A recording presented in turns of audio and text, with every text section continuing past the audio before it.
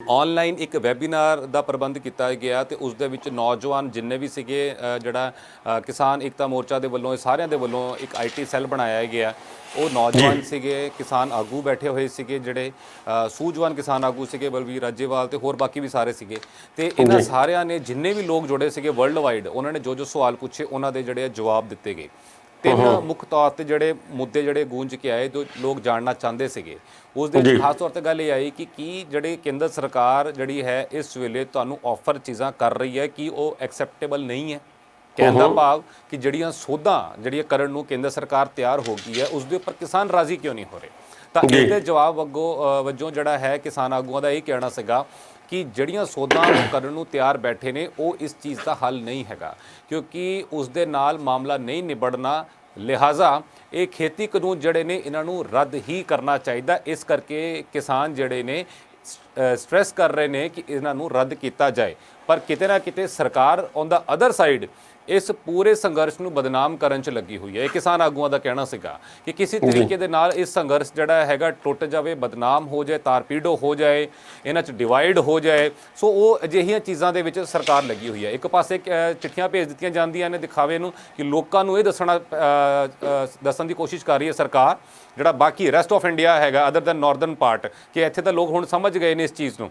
ਬਾਕੀ ਜਿਹੜਾ ਮੁਲਕ ਹੈਗਾ ਭਾਰਤ ਹੈਗਾ ਉੱਥੇ ਦੇ ਲੋਕਾਂ ਨੂੰ ਸਮਝਾਉਣਾ ਤੇ ਦੇਖੋ ਅਸੀਂ ਤਾਂ ਚਿੱਠੀ ਭੇਜੀ ਸੀਗੀ, ਇਹ ਕਿਸਾਨ ਨੇ ਨਾ ਤਾਂ ਜਵਾਬ ਦੇ ਰਹੇ ਆ ਨਾ ਤਾਂ ਅੱਗੇ ਗੱਲ ਕਰ ਰਹੇ, ਦੱਸੋ ਹੁਣ ਸਾਡੀ ਕੀ ਗਲਤੀ ਹੈ। ਉੱਥੇ ਸਰਕਾਰ ਆਪਣੀ ਲੱਤ ਉੱਪਰ ਰੱਖਣ ਦੀ ਕੋਸ਼ਿਸ਼ ਕਰ ਰਹੀ ਹੈ। ਪਰ ਕਿਸਾਨਾਂ ਦਾ ਇਹ ਕਹਿਣਾ ਹੈ ਕਿ ਜੇ ਤੁਸੀਂ 6 ਤੋਂ 7 ਵਾਰ ਸਾਡੇ ਨਾਲ ਗੱਲਬਾਤ ਕਰਦੇ ਹੋ, ਹਰ ਵਾਰ ਚਰਚਾ ਕਰਨ ਲਈ ਬੁਲਾਉਂਦੇ ਹੋ, ਉੱਥੇ ਜਾ ਕੇ ਫਿਰ ਉਹੀ ਗੱਲ ਕਰਦੇ ਹੋ ਕਿ ਸੋਧ ਕਰਾ ਲਓ। ਤਾਂ ਫਿਰ ਜਦ ਤੁਸੀਂ ਗੱਲ ਹੀ ਉਹੀ ਕਰਨੀ ਹੈ ਫਿਰ ਕਹਿੰਦੇ ਹੋ ਖੁੱਲ੍ਹੇ ਮਨ ਦੇ ਨਾਲ ਗੱਲ ਕਰਨ ਨੂੰ ਤਿਆਰ ਹੈ। ਖੁੱਲ੍ਹਾ ਮਨ ਤਾਂ ਹੋਵੇ ਜੇ ਤੁਸੀਂ ਗੱਲ ਮੰਨੋ ਕਿ ਇਹਨਾਂ ਨੂੰ ਅਸੀਂ ਰੱਦ ਕਰ ਦਿੰਦੇ, ਭਾਵੇਂ ਤੁਸੀਂ ਆਰਜ਼ੀ ਤੌਰ ਤੇ ਰੱਦ ਕਰੋ, ਅਗਲੇ ਜਿਹੜਾ ਪਾਰਲੀਮੈਂਟ ਦਾ ਸੈਸ਼ਨ ਹੋਏਗਾ ਉਹਦੇ 'ਚ ਵਿਚਾਰ ਲਓ, ਕਿਸਾਨ ਆਗੂਆਂ ਨੂੰ ਬੁਲਾ ਲਓ, ਉਸ ਦੇ ਵਿੱਚ ਟੇਕਅਪ ਦੁਬਾਰਾ ਮਾਮਲਾ ਕੀਤਾ ਜਾਏ ਤਾਂ ਜੋ ਡਿਸੀਜਨ ਹੋਏਗਾ ਮੁਲਕ ਦੇਖ ਲੇਗਾ।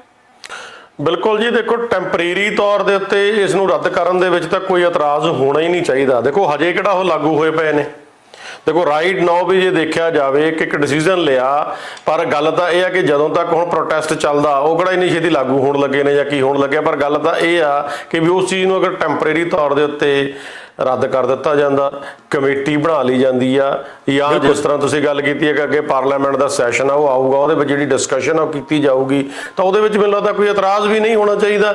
ਪਰ ਗੱਲ ਤਾਂ ਇਹ ਆ ਕਿ ਮੈਨੀ ਮਾਨੂ ਵਾਲੀ ਜਿਹੜੀ ਸਥਿਤੀ ਆ ਉਸ ਦੇ ਵਿੱਚੋਂ ਹੁਣ ਇਹ ਆ ਕਿ ਜੇ ਕਿਸਾਨ ਅੜੇ ਹੋਏ ਨੇ ਕਿ ਅਸੀਂ ਜਿਹੜੀ ਆ ਇਹ ਰੱਦ ਕਰਵਾਉਣੇ ਨੇ ਕਾਨੂੰਨ, ਤਾਂ ਦੂਜੇ ਪਾਸੇ ਜਿਹੜੀ ਗਵਰਨਮੈਂਟ ਆ ਉਹ ਵੀ ਉਸੇ ਤਰੀਕੇ ਦੇ ਨਾਲ ਅੜਿਓ ਹੋਈ ਆ ਕਿ ਅਸੀਂ ਜਿਹੜੇ ਇਹ ਕਾਨੂੰਨ ਨੇ ਸੋਧ ਕਰਨੀ ਆ, ਇਹਨਾਂ ਨੂੰ ਅਸੀਂ ਰੱਦ ਨਹੀਂ ਕਰਨਾ। ਸੋ ਇਸੇ ਵਜ੍ਹਾ ਕਰਕੇ ਇਹਦਾ ਜਿਹੜਾ ਕੋਈ ਸੋਲਿਊਸ਼ਨ ਆ ਉਹ ਕਿਤੇ ਨਾ ਕਿਤੇ ਜਾ ਕੇ ਨਜ਼ਰ ਨਹੀਂ ਆਉਂਦਾ। ਪਰ ਨਾਲ ਦੀ ਨਾਲ ਜਿਵੇਂ ਹੁਣ ਵਰਚੁਅਲ ਮੀਟਿੰਗ ਦੀ ਤੁਸੀਂ ਗੱਲ ਕੀਤੀ ਆ, ਸੋ ਇਹਦੇ ਵਿੱਚ ਕੀ ਜਿਹੜਾ ਕਿਸਾਨ ਏਕਤਾ ਮੋਰਚਾ ਨੇ ਹੋਰ ਕੀ ਮਤਲਬ ਲੋਕਾਂ ਦੇ ਵਿਊਜ਼ ਲਏ ਨੇ ਜਾਂ ਕੀ ਇਹਦੇ 'ਚ ਸੀ?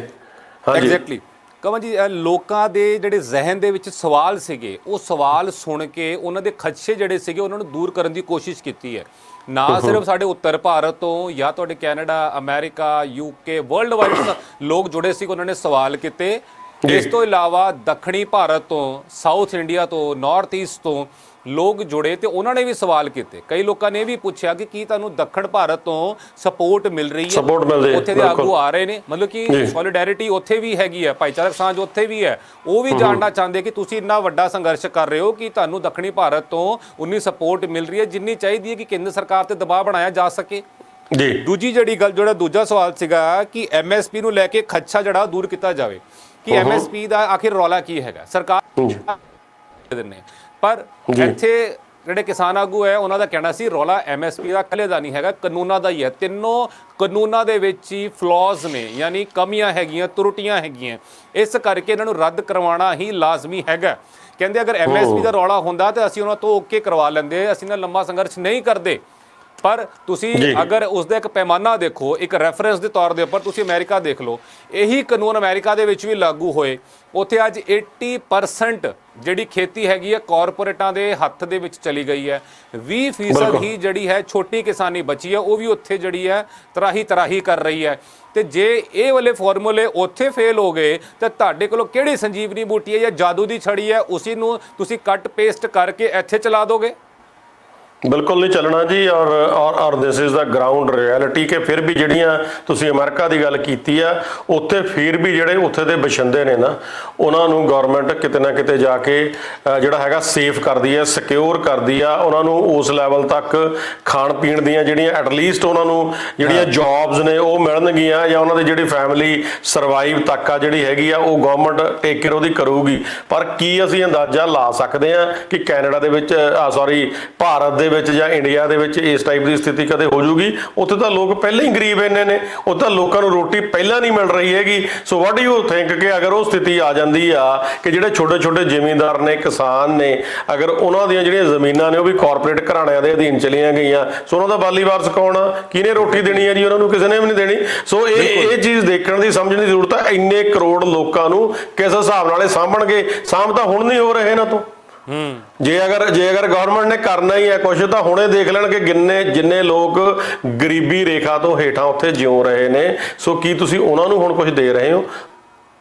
ਨਹੀਂ, ਉਹਨਾਂ ਦੇ ਵੱਲੋਂ ਤਾਂ ਬਹੁਤ ਕੁਝ ਦੇ ਰਹੇ। ਦੇਖੋ ਜਿਹੜਾ ਪ੍ਰੋਗਰਾਮ ਲਿਖਿਆ ਜਾਂ 2-2000 ਰੁਪਏ ਖਾਤੇ ਦੇ ਵਿੱਚ ਪਾਣਾ ਹੈਗਾ, 9 ਕਰੋੜ ਕਿਸਾਨਾਂ ਨੂੰ ਦੇਣਾ ਹੈਗਾ, ਤਾਂ ਉਹਨਾਂ ਨੂੰ ਤਾਂ ਲੱਗ ਰਿਹਾ ਅਸੀਂ ਬਹੁਤ ਕੁਝ ਦੇ ਰਹੇ ਹਾਂ। ਪਰ ਅਸਲੀਅਤ ਕੀ ਹੈ, ਗਰਾਊਂਡ ਰਿਐਲਿਟੀ ਕੀ ਹੈ? ਕਮਲ ਜੀ, ਗਰਾਊਂਡ ਰਿਐਲਿਟੀ ਕੀ ਹੈ? ਹਾਂ, ਇੱਥੇ ਦੋ ਪੱਖ ਹੋ ਜਾਂਦੇ ਆ।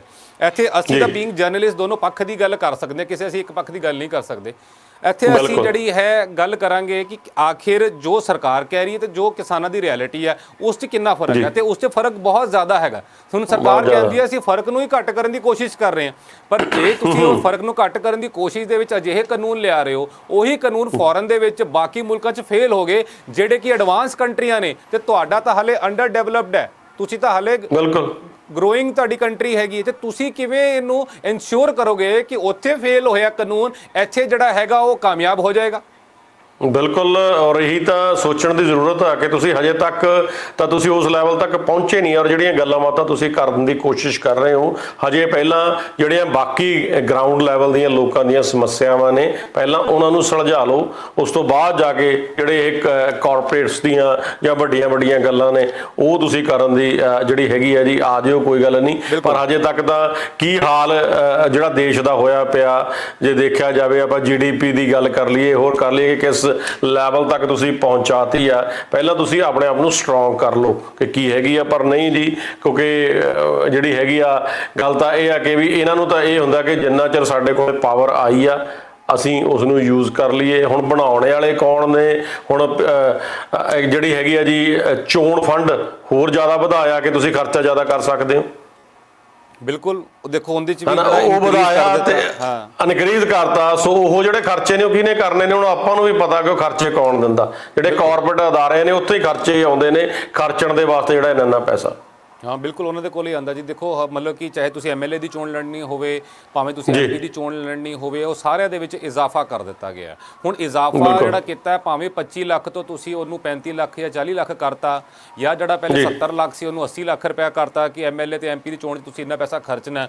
ਪਰ ਇਹ ਸਾਰੀ ਦੁਨੀਆ ਜਾਣਦੀ ਹੈਗੀ ਹੈ ਕਿ ਭਾਵੇਂ MLA ਦੀ ਚੋਣ ਲੜੋ, ਭਾਵੇਂ MP ਦੀ ਚੋਣ ਲੜੋ, ਕਰੋੜਾਂ ਰੁਪਇਆ ਲੱਗਣਾ ਹੈਗਾ। ਉਹ ਕਰੋੜਾਂ ਰੁਪਇਆ ਕਿੱਥੇ ਲੱਗਣਾ ਹੈਗਾ? ਜਿਸ ਤਰੀਕੇ ਦਾ ਨਿਜ਼ਾਮ ਅੱਜ ਬਣ ਗਿਆ ਹੈਗਾ, ਬਿਨਾਂ ਪੈਸੇ ਤੋਂ ਮਤਲਬ ਕਿ ਇਹ ਜਿਹੜੇ ਸਿਆਸਤਦਾਨ ਹੈ ਇਹ ਚੋਣ ਨਹੀਂ ਲੜ ਸਕਦੇ ਜੀ।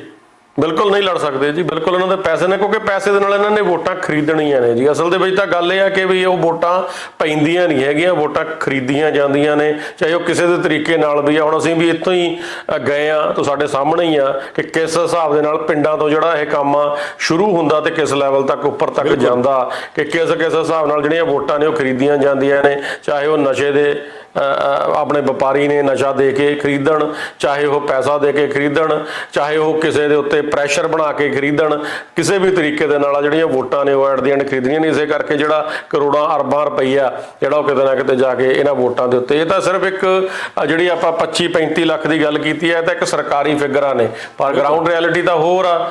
ਇਹ 25-35 ਲੱਖ ਥੋੜੀ ਆ, ਇਹ ਜਾ ਕੇ ਕਰੋੜਾਂ ਰੁਪਈਏ ਦੇ ਵਿੱਚ ਚਲੇ ਜਾਂਦਾ। ਜਿਹੜੇ ਅੰਦਰ ਖਾਤੇ 2 ਨੰਬਰ ਦੀਆਂ ਜਿਹੜੀਆਂ ਐਡਜਸਟਮੈਂਟਸ ਹੋਣੀਆਂ ਨੇ, ਸੋ ਬਹੁਤ ਵੱਡੀਆਂ ਜਿਹੜੀਆਂ ਗੇਮਾਂ ਨੇ ਜੀ ਉਹ ਚੱਲ ਰਹੀਆਂ ਨੇ। ਇਸੇ ਕਰਕੇ ਕਾਰਪੋਰੇਟ ਘਰਾਣਿਆਂ ਦੇ ਅਧੀਨ ਜਿਹੜੀਆਂ ਗਵਰਨਮੈਂਟਾਂ ਨੇ ਉਹ ਕਿਤੇ ਨਾ ਕਿਤੇ ਜਾ ਕੇ ਵਿਕ ਚੁੱਕੀਆਂ ਨੇ। ਚਾਹੀਦਾ ਉਲਟਾ ਕੰਮ ਕਿ ਜੇ ਕੋਈ ਐਕਸਟਰਾ ਮੁਨਾਫਾ ਕਮਾ ਰਿਹਾ ਕੋਈ ਕਾਰਪੋਰੇਟ ਘਰਾਣਾ, ਕੋਈ ਗਲਤ ਕੰਮ ਕਰਦੇ ਆ, ਉਹਨੂੰ ਸਰਕਾਰ ਨੇ ਰੋਕਣਾ। ਪਰ ਇੱਥੇ ਉਲਟਾ ਕੰਮ ਹੋਇਆ। ਇੱਥੇ ਇਹਨਾਂ ਨੂੰ ਗਾਰਡ ਕਰ ਰਹੀ ਆ, ਸੇਫ ਕਰ ਰਹੀ ਆ ਗਵਰਨਮੈਂਟ ਕਿ ਤੁਸੀਂ ਜਿੰਨਾ ਲੁੱਟਣਾ ਲੋਕਾਂ ਨੂੰ ਲੁੱਟੋ, ਅਸੀਂ ਤੁਹਾਡੀ ਜਿਹੜੀ ਉਹਦੇ ਤੇ ਪਿੱਠ ਦੇ ਉੱਪਰ ਬੈਠੇ ਆ। ਸੋ ਕਿਸ ਹਿਸਾਬ ਨਾਲ ਅਸੀਂ ਉਮੀਦ ਆ ਜਿਹੜੀ ਉਹ ਲਾ ਸਕਦੇ ਆ।